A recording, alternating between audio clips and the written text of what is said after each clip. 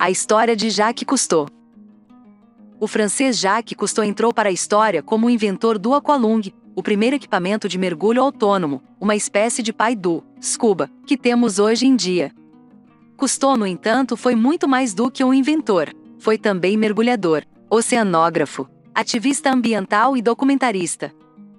Jacques Cousteau nasceu em Saint-André-de-Coubzan, Gironde, França, em 11 de junho de 1910. Elisabeth Duranton, sua mãe, era filha de um rico proprietário de terras e o pai, Daniel Cousteau, advogado. Jacques era o mais novo de seus 2 filhos. O mais velho chamava-se Pierre Antoine. Durante a infância sofria de anemia e enterite, uma doença estomacal. Aprendeu a nadar com 4 anos de idade. Em 1918, seu pai foi nomeado assessor jurídico de Eugene Guins, um rico expatriado de Nova York. Com ele, a família Cousteau viajou por toda a Europa. Neste período, os Cousteau viveram em Nova York, onde Jacques estudou na Holy Name School, em Manhattan. Ele aprendeu mergulho subaquático em um acampamento de verão no Lago Harvey, em Vermont. Aos 13 anos de idade, foi enviado para um colégio interno na Alsácia. Aos 20 anos, em 1930, entra na École Navale em Brest. Sua intenção era ser um aviador naval. Tornou-se oficial de artilharia. Entre 1933 a 1935, participou de numerosas campanhas no Extremo Oriente a bordo do cruzador Primauguete. Foi designado como segundo-tenente na base naval em Xangai, na China. Em 1936, um acidente de carro muda sua vida. Com 26 anos, havia um casamento marcado que Jacques queria assistir. O jovem emprestou o carro esportivo do seu pai, mas no trajeto teve um terrível acidente. Ficou gravemente ferido. Ele não conseguiu fazer o treinamento para a aviação. Cousteau precisava uma maneira de se reabilitar e fortalecer seus braços quebrados, então resolveu nadar. Mais tarde, naquele mesmo ano, fez seu primeiro mergulho com óculos de proteção. Ele percebeu que havia encontrado sua vocação. Nascia um incansável divulgador da vida marinha. Em 1936 declarou amor a Simone Melchior, cujo pai e avós maternos e paternos eram almirantes da Marinha Francesa. Casou-se em 1937. Simone nunca esteve nas sombras da vida de Jacques. Apresentou-o ao engenheiro e ao financiamento que resultaria em sua co-invenção do aqualung. Simone tornou-se a primeira mulher mergulhadora e desempenhou papel fundamental nas operações no mar.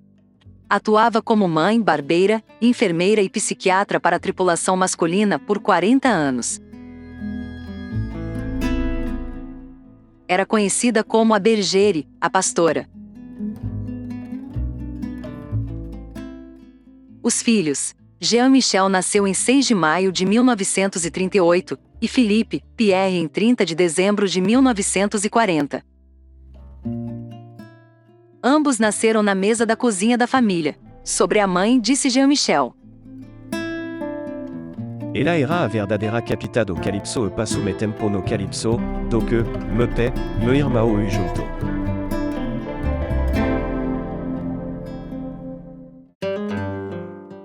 No início da Segunda Guerra Mundial, Cousteau servia como oficial de artilharia, quando navios franceses bombardearam a base naval italiana em Gênova.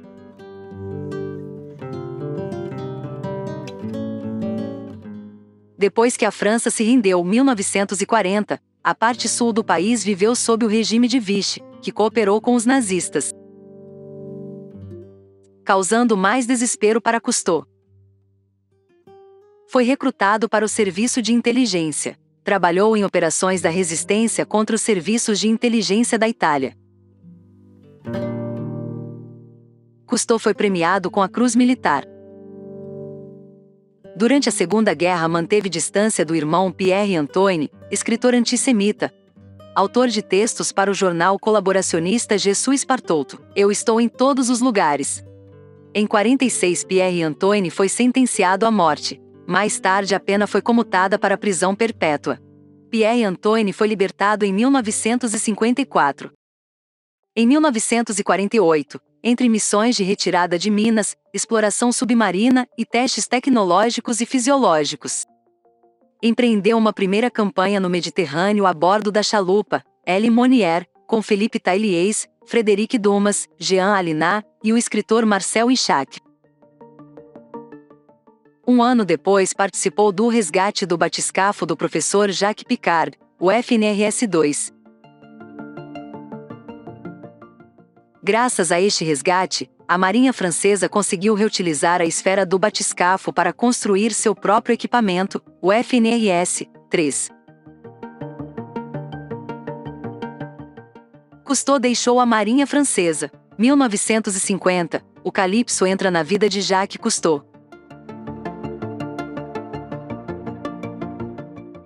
Em 1950, fundou as Campanhas Oceanográficas Francesas. Já famoso, compartilhou seus planos de fazer documentários submarinos com o filantropo britânico Thomas Lowell Guinness. Entusiasmado, Guinness decidiu que a melhor maneira de ajudar seria com um navio. Em 1950, a Guinness comprou um antigo caça-minas que alugou para Cousteau, agora com 40 anos, pelo preço simbólico de R$1 por ano.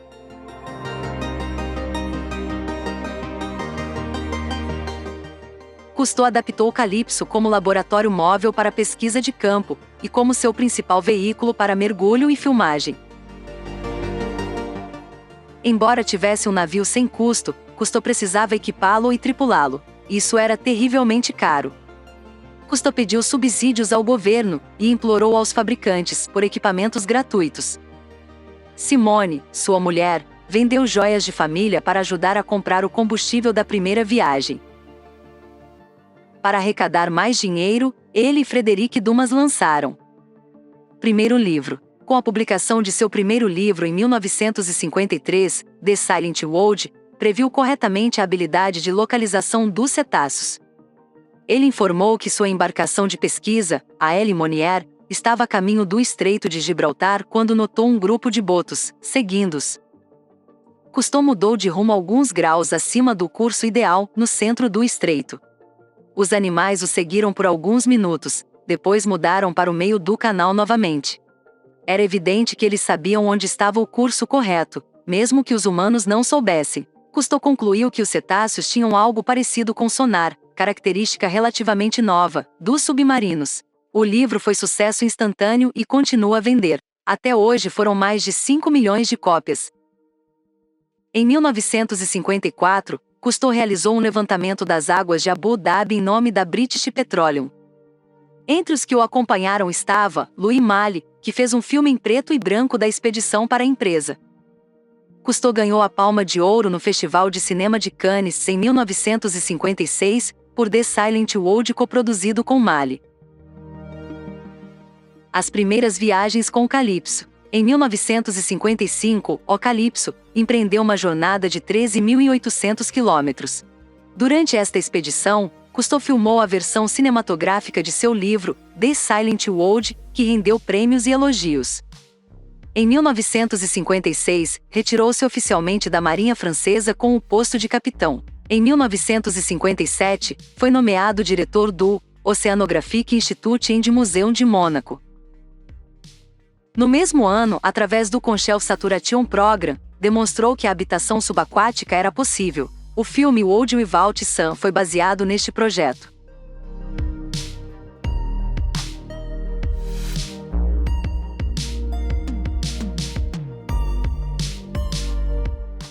Esta ideia aparentemente maluca gerou frutos. Muitos laboratórios submarinos foram criados.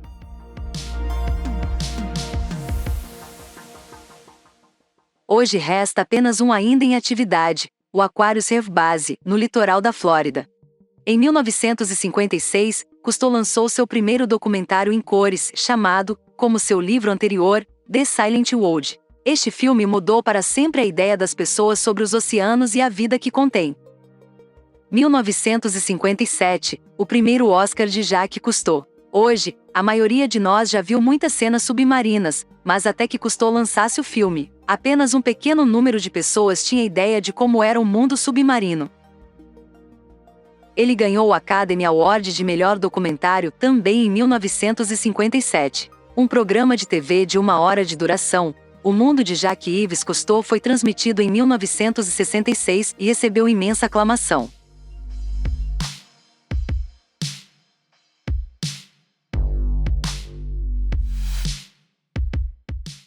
Isso levou ao popular programa O Mundo Submarino de Jacques Cousteau. A série seguinte, a Cousteau Odyssey, estreou em 1977 e tratava da conservação da vida oceânica.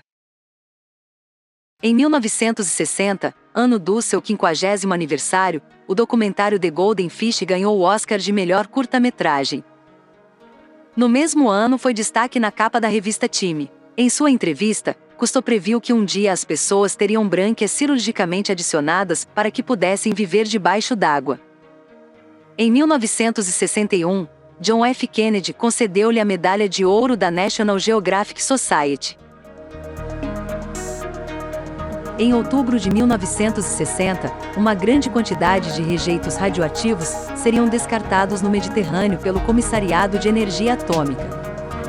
O comissariado argumentou que os depósitos eram de natureza experimental e que oceanógrafos franceses, como Sevelot Romanowski, assim haviam recomendado. Romanowski e outros cientistas, incluindo Louis Fage e Jacques Cousteau, repudiaram a afirmação dizendo que Romanowski tinha em mente uma quantidade muito menor. O comissariado alegou que havia pouca circulação e, portanto, pouca necessidade de preocupação no local de despejo entre Nice e Córcega. Mas a opinião pública estava do lado dos oceanógrafos e não dos cientistas de energia atômica. Cousteau organizou uma campanha publicitária que, em menos de 2 semanas, ganhou amplo apoio popular. O trem que transportava os resíduos foi detido por mulheres e crianças sentadas nos trilhos e enviado de volta à origem. Nos anos 60, Cousteau estava envolvido com um conjunto de 3 projetos para construir cidades submarinas. Os projetos foram denominados Precontinente I, Precontinente II e Precontinente III. Cada um que se seguiu visou aumentar a profundidade em que as pessoas viviam continuamente sob a água. Foram uma tentativa de criar um ambiente em que os homens pudessem viver e trabalhar no fundo do mar. A série O Mundo Submarino de Jacques Cousteau. Um encontro com empresas de televisão americanas, ABC, Metromédia, NBC, rendeu a série O Mundo Submarino de Jacques Cousteau. Com o personagem do comandante de gorro vermelho herdado do traje de mergulho padrão, destinado a dar aos filmes um estilo de aventura personalizada. Esta série de televisão durou 10 anos, de 1966 a 1976. Uma segunda série de documentários, The Cousteau Odyssey, surgiu entre 1977 a 1982, entre outros. 1970. Sempre intercalando viagens de exploração e documentação, com atividades em terra firme. Em 70, publica o livro Tubarão, o esplêndido selvagem do mar, com seu filho Felipe. Neste livro, Cousteau descreveu o tubarão galha branca oceânico como o mais perigoso de todos os tubarões. 1972, Jacques Cousteau na Antártica. Em dezembro de 1972, 2 anos após a última erupção vulcânica na Ilha Deception, a Sociedade Cousteau estava filmando Voyage ao Bout du Monde, Antártida, quando Michel Laval, o segundo em comando no Calypso, foi atingido e morto por um rotor do helicóptero entre o Calypso e a ilha. Durante esta viagem, Cousteau esteve no arquipélago das Shetland do Sul, na ilha King George, onde hoje o Brasil tem sua base Comandante Ferraz. Impressionado com a quantidade de ossos de baleias, fruto da época em que eram caçadas quase até o extermínio, Cousteau montou um esqueleto de baleia usando ossos de várias espécies. O local tornou-se um monumento, e até hoje está lá, intocado.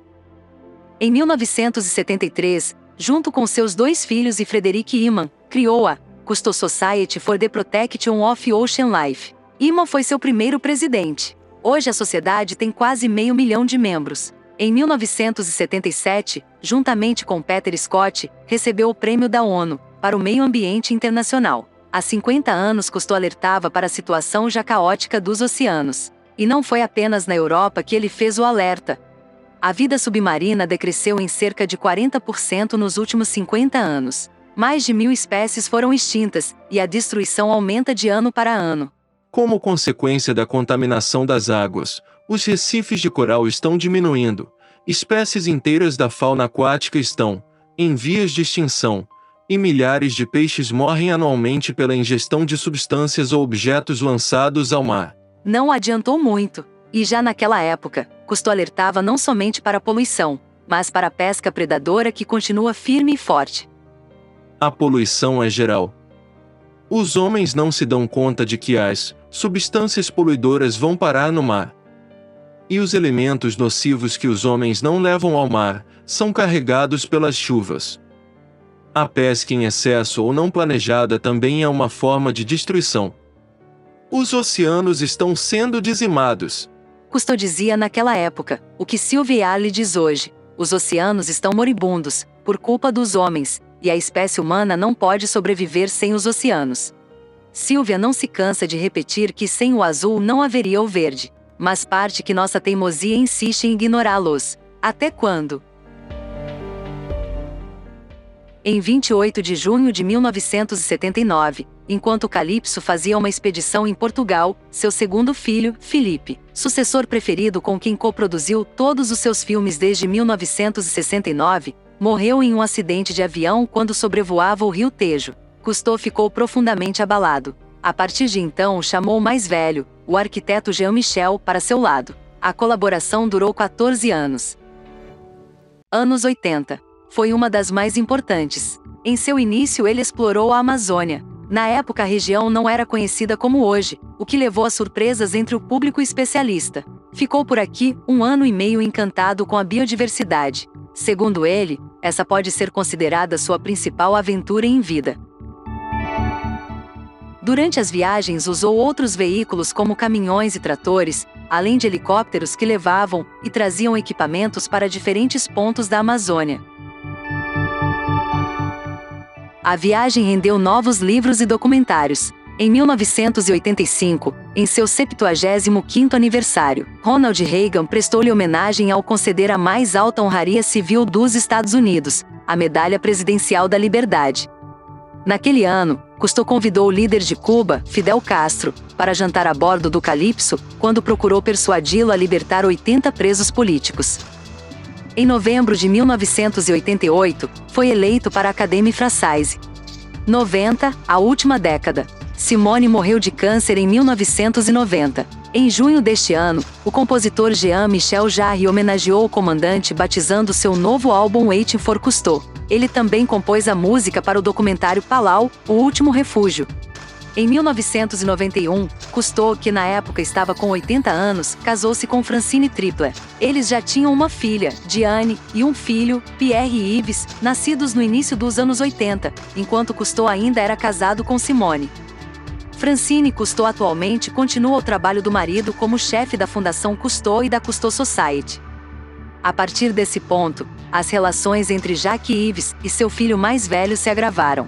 Cousteau teve uma batalha legal com Jean Michael, sobre seu desejo de abrir um centro de férias chamado Cousteau nas Ilhas Fiji.